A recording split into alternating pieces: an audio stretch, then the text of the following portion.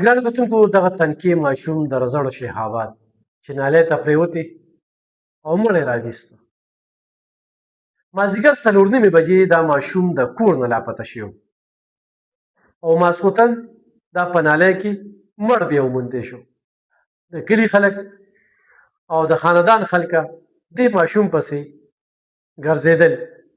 موږ ته پکې اطلاع راله چې دا ماشوم چا پټ کړی دی، تختولی دی، غیب کړی دی.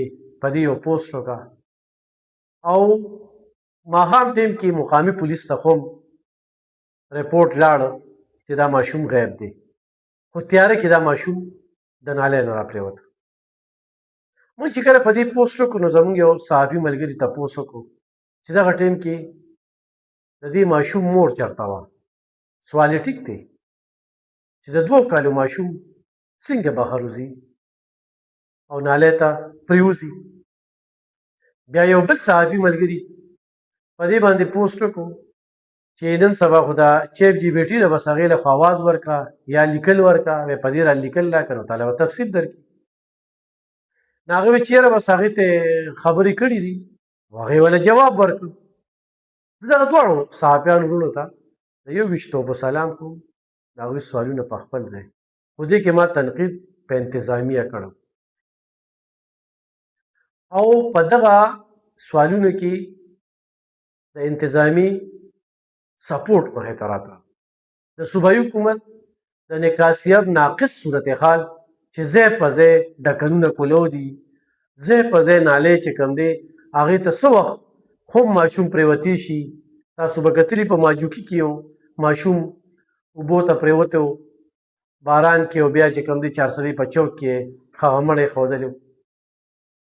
نو په داسې حالاتو کې د ضلعي انتظامي د محکمه ټیمې ذمهوارۍ جوړېږي چې هغوی وګرځي چې کوم ځای د خطۍ باعث جوړېدی شي هغه موږ پټ کړو.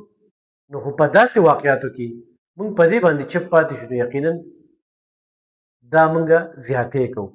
اوس دا ماشوم د څنګه دې نالۍ ته پرېوتی دی د دې موږ ته پته نشته، خو ماشوم په نالۍ کې مړ پیدا شوی دی.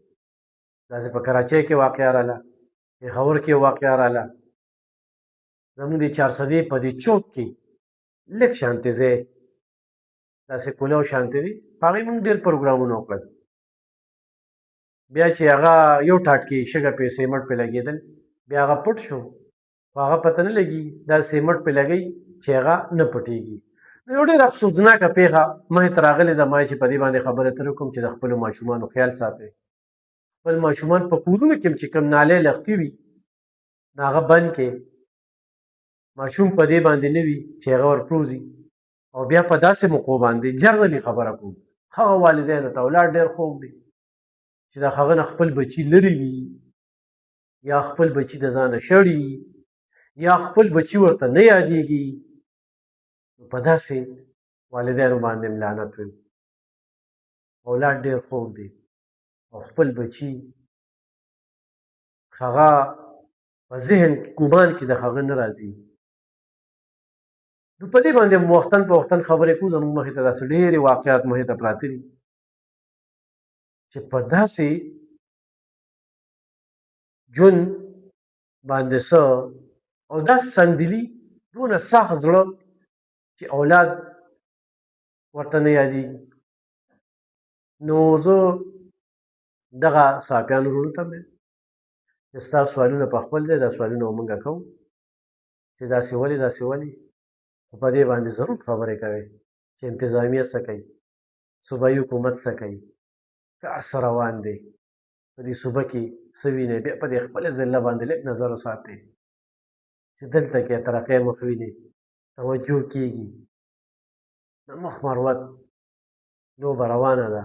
بل اوس په یو محله دننه تجاوزاتو خلاف اپریشن کېده، د چارسدي په بازار کې به تجاوزاتو خلاف اپریشن سینه کېږي. نو دا زه ورته نالۍ ښیم چې په هغې کې 3 فوټه خټه پرته ده په دې دغه کې.